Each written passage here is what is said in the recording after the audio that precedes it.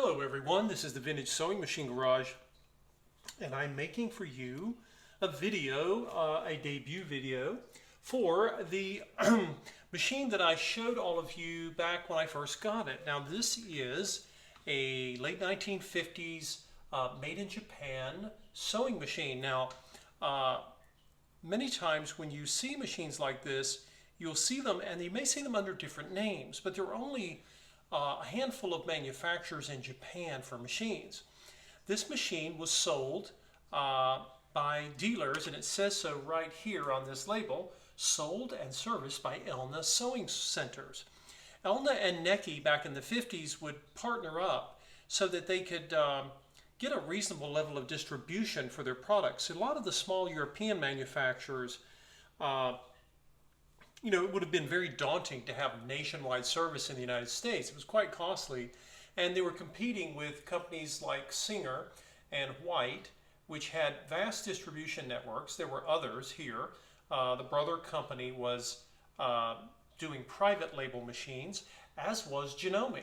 So this is a Janome sewing machine. It is posing as a Planet brand. Now the Planet would have been carried by Elna dealers. And you might think, well, why did they want that? Because they had Elnas and Nekis.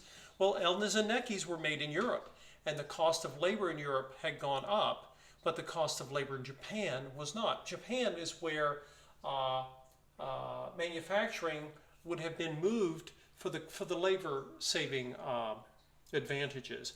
So, and the reason I know that this is a Janome is because I have serviced Janomes that have this same exact body shape, the same exact nose here on the cover, on the side cover, and the lid of the Janomes of this period, it tapers.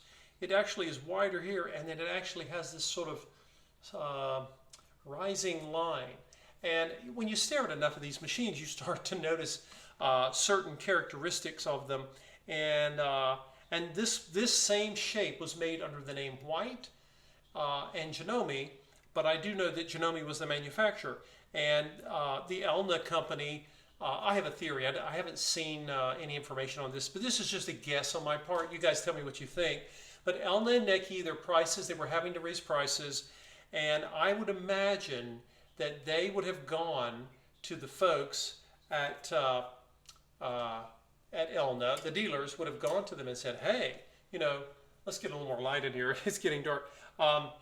That they may have gone to them and said, hey, we're really getting beat in the marketplace with all these made in Japan machines. They're beautiful and they're very high quality, and we just can't beat them with the price of machines made in Switzerland and Italy. And so I believe this would have been the answer to that.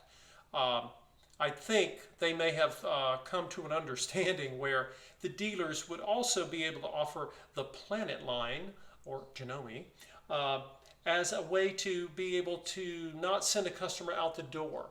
And what's funny is that in some ways, the Janomes were almost the equal to the Nekis, and I believe were the equal to the Elnas. Now, many of you may disagree with that, and that's okay. That discussion is a good one. But Janomes from this period are beautifully made. They're all steel, very heavy duty. This machine has a 1 amp motor. One of the things I wanted to do today, though, is I always do, of course, test stitching when I get a machine ready. And one of the things I haven't done in quite some time is talk about materials other than fabrics. So I'm going to show you, I've done some test stitching on this machine in fabric, and you can see it right here. Oops, put that down for a minute. This should be, I hope, in focus there. Now you'll see that wonderful row of long top stitches here. Now the top thread is white, and you'll see that why in a minute because I'm going to be doing some leather. But on the back side, this top row here, which is in black, is the bobbin thread. So now that you get into the late 50s, you're starting to see those longer maximum lengths for stitches, and you're getting also higher sewing speeds. So what I'm going to do today, and I'll also show you this, I did some marine vinyl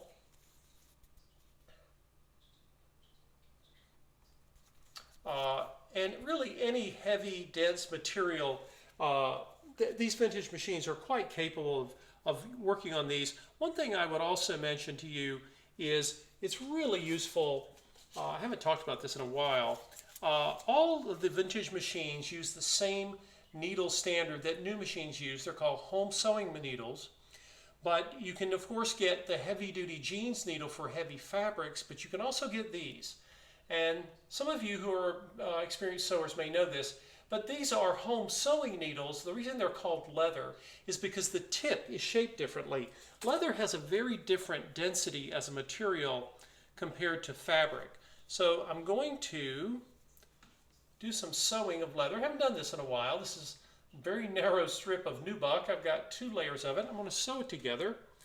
And some of you have done this without a leather tip needle. Your machine will sometimes do this, but it's not going to want to as well as when it has a leather tip needle. Okay, the machine is strong enough, but this is really about needles and materials more than the machine in this case. So I highly recommend if you're going to sew any kind of leather, and again, this is just like this, you know, it's garment leather. You wiggle it and it does this, right? Stiff board type leathers that are for things like knife holsters and book binding, you would not do those kind of, you wouldn't sew those kind of leathers on any machine other than a walking foot industrial. But many of my clients, many of you out there, you have all kinds of leathers that you would like to sew, and this machine is totally capable. So without further ado, now by the way, this machine has a light, which when it's plugged in, there we go. Forgot to plug my machine in. So you have a light here on the side, and you have your stitch length control right here on this lever, and then of course you have back tacking control. And I'm going to see if this, I'm going to start with my needle down, as I always do with heavy fabric or leather. It just makes the machine's job a little bit easier.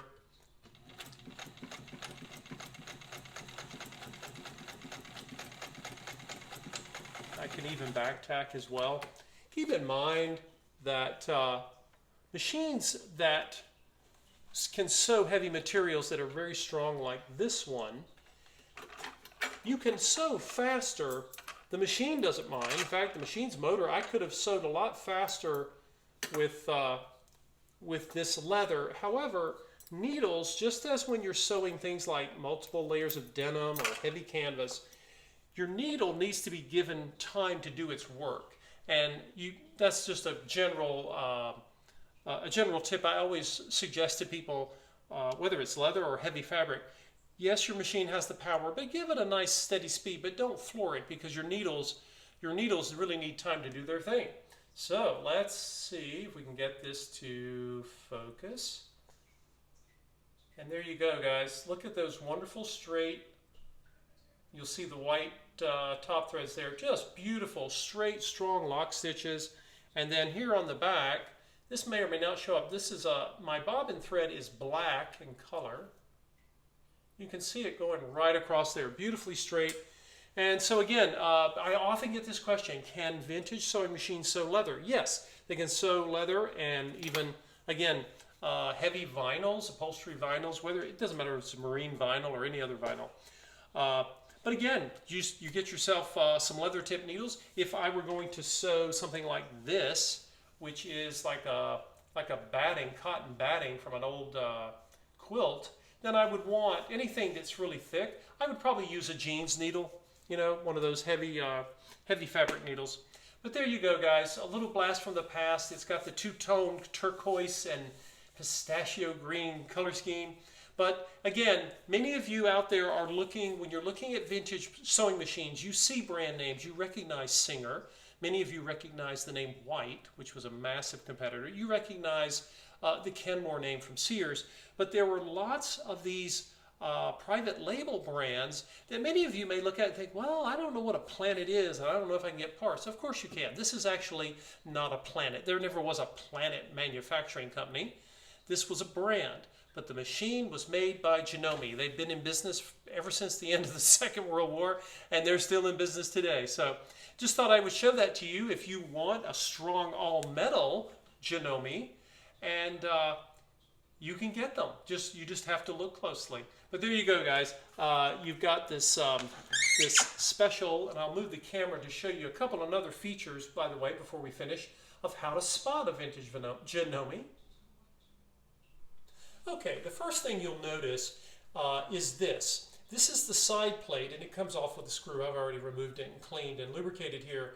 But it has this sort of funny nose shape to it, and it looks like a little bit of a grill texture. Now, Janome had a lot of different models, and I'm not saying all of them look like this, but every white in Janome, and now Planet, all of these were Janome machines, and they used the same shape. Now, they may have shifted, they may have shifted the color a bit, and that's one of the ways they would have sort of tried to differentiate all the different Janome machines so that everybody didn't think they were the same. But in this case, it's a good thing.